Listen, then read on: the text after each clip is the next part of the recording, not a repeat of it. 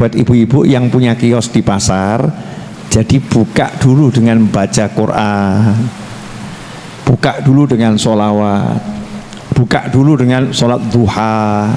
Gelar sejadah di kios kan nggak jadi masalah. Allahu Akbar duha 2 rakaat.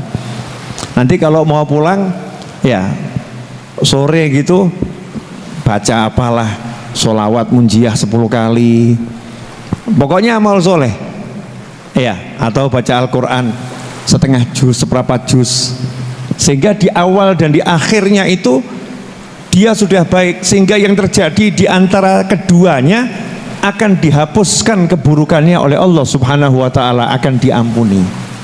Sudah mikir gitu belum? Yes, pokoknya ya yes, begitu Bib, jalani saja kehidupan, ngerti-ngerti lak mati. Naudzubillah min dzalik.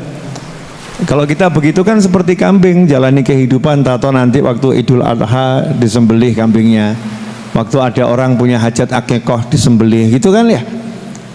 Nah kita kan juga nunggu dicabut sama malaikat Israel alaihissalam. Lah pengennya dicabutnya banyak dosa atau enggak punya dosa? Enggak punya dosa. Maka ya perhatian, wong kita ini sadar kegiatan di pasar itu banyak keburukan, kegiatan di luar pasar juga banyak keburukan. Maka awal pagi dan akhirnya sore ini yuk isi dengan kebaikan, seperti sore hari ini.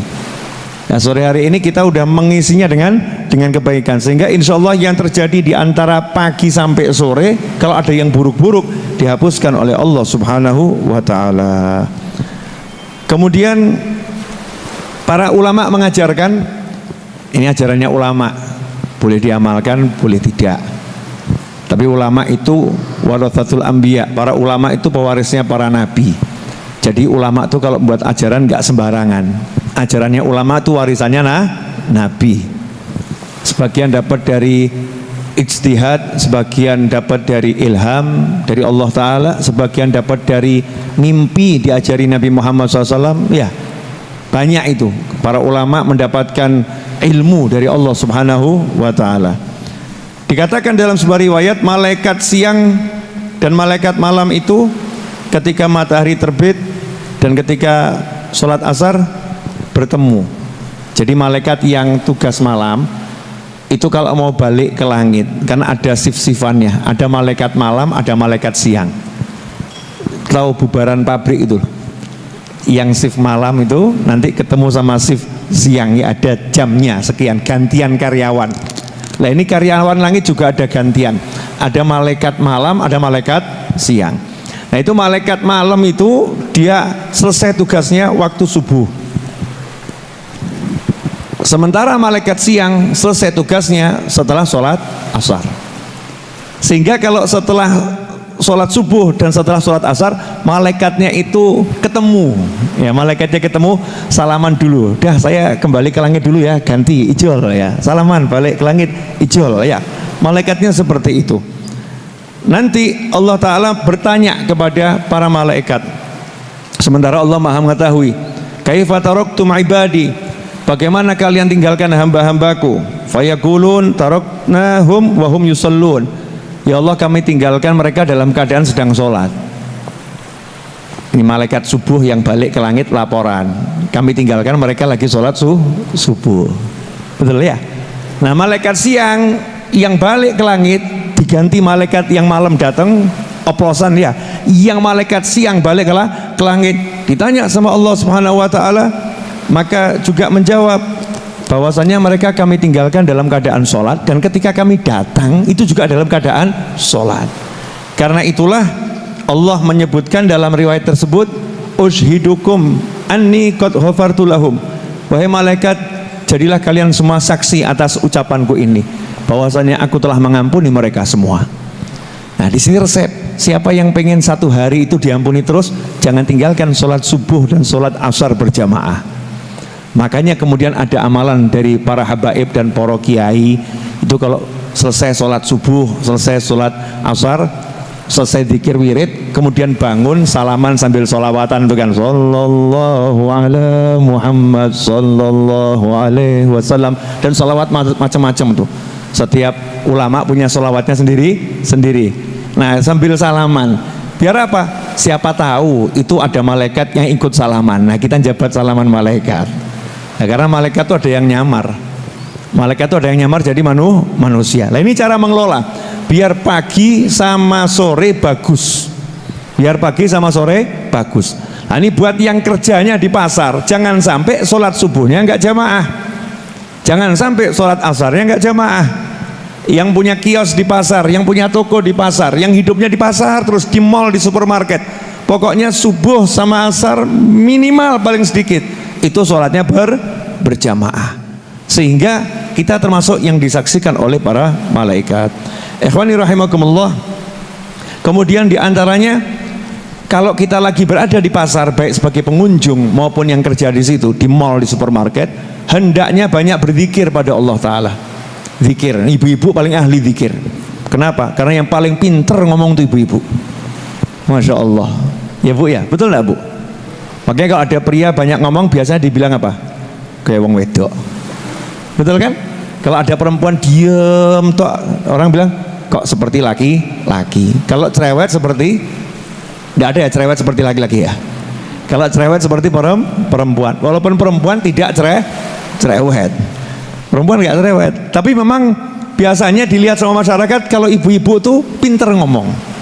Artinya sudah punya bakat pinter zikir, karena lidahnya sudah terlatih. Ya, lidahnya sudah fasih. Ya, ngucap itu pinter, cepatnya luar biasa. Nah, kira-kira kalau di mall, di pasar, di supermarket, bisa tidak lidahnya ini dilatih untuk zikrullah, berzikir pada Allah Ta'ala? Karena dikatakan oleh Rasulullah SAW dalam sebuah hadis, "Dzakirullah fil ghafilin kal muqatil khalfal farin wa kal hayy bainal amwat." Orang yang berzikir, mengingat, menyebut Allah Ta'ala di tengahnya orang-orang yang lalai, seperti orang yang terus di kancah pertempuran sementara teman-temannya lari tunggang langgang meninggalkan pertempuran tersebut. Dan seperti orang yang hidup di tengah orang-orang yang mati. Beda tuh ya, mayit sama orang yang hidup. Ya, bedanya luar biasa. Lah itulah orang yang ada di pasar kebanyakan itu lupa. Sibuk dengan handphonenya, lihat drama nggak jelas. Lihat sinetron yang tertunda, cari di YouTube apa. Bahkan lihat itu aplikasi yang bisa joget-joget itu apa nggak jelas itu kan ya. Ikut joget-joget. Saya nggak ngomong halal haram ya, tapi itu yang dilakukan gitu kan ya, dilakukan. Masya Allah. Tapi satu hari kok nggak menggunakan handphonenya untuk buka aplikasi Al-Quran untuk ngaji, kok nggak dipakai? Bahkan ketika ditanya di handphonemu ada nggak aplikasi Al-Quran, yang mana ya? Nggak punya. Aplikasi apa? Tok ada, ya tok itu ada itu. Aplikasi itu apa? Word ada, yang face ada, gram ada, tub ada, Al-Quran ada. Bahkan di HP-nya nggak ada tasbihnya, handphonenya nggak jadi tasbih, nggak jadi Al-Quran untuk dia. Yang lain ada. Saya nggak ngomong halal haram, cuman bayangkan nih loh. Bayangkan kita kenapa kalau di pasar, di mall itu kok nggak bisa berzikir pada Allah Ta'ala sebanyak mungkin. Padahal itu pahalanya luar biasa. Beda orang zikir di masjid sama di pasar. Lawang masjid memang tempatnya orang zikir kok. Justru kalau di masjid kita nggak zikir, wah ngeri itu. Liane zikir awake dhewe turu. Yang lain zikir kita ke masjid numpang tidur. Iya, ke masjid numpang PIS. Yang lain ke masjid numpang sholat, kita numpang toilet. Masya Allah kan, kerennya luar biasa. Nah itu kita ngeri sedap itu, sedap ngeri kalau begitu. Nah kalau pasar tuh memang tempatnya orang lupa ngurusi duit, hitung-hitungan, nagih utang, ya ditagih Melayu kan. Ketoan di pasar, jangan kita tidak ke kios yang itu. Saya masih punya utang sama yang kios itu. Delik ke kios yang lain, ya sembunyi ke kios yang lain. Nah ini kalau di pasar. Nah beda kalau di masjid. Kalau masjid itu tempatnya orang zikir. Nah pasar tempatnya orang lupa. Orang kencan di mana? Di mall. Yang jangan gitu. Di mall. Tempatnya orang lupa. Nah kok kita di situ Masya Allah, masuk pasar ucap La ilaha illallah wahdahu la syarikalah lahul mulku wa lahul hamdu yuhyi wa yumitu wa huwa hayyun la yamut biyadil khair wa huwa ala kulli syai'in qadir. Saya yakin ibu-ibu apal semua. Wah, ini kan doa masuk pasar.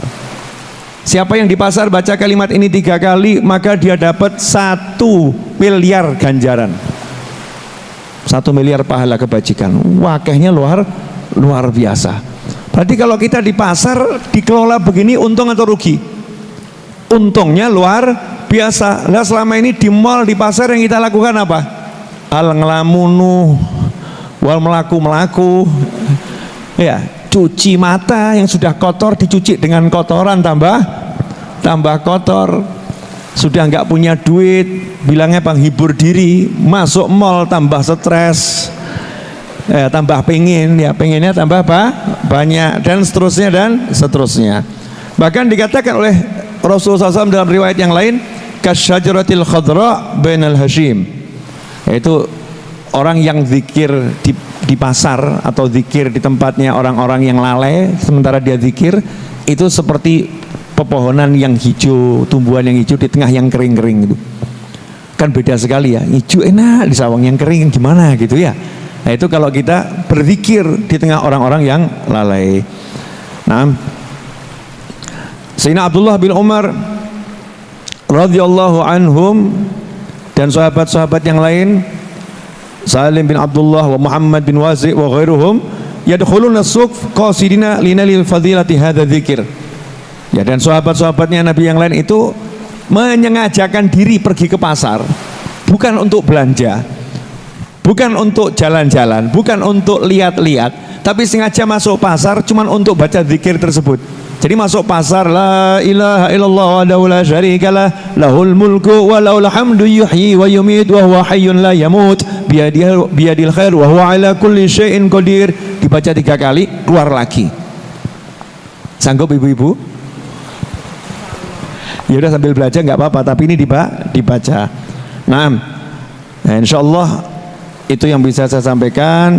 Mudah-mudahan kita semua selamat dunia akhirat. Amalkan ya zikirnya ya. Baca di pasar, cari pahala yang banyak biar hidupnya berkah. Wal afu minkum wa sallallahu alaihi Muhammadin wa alihi wasallam walhamdulillahirabbil alamin. Wassalamualaikum warahmatullahi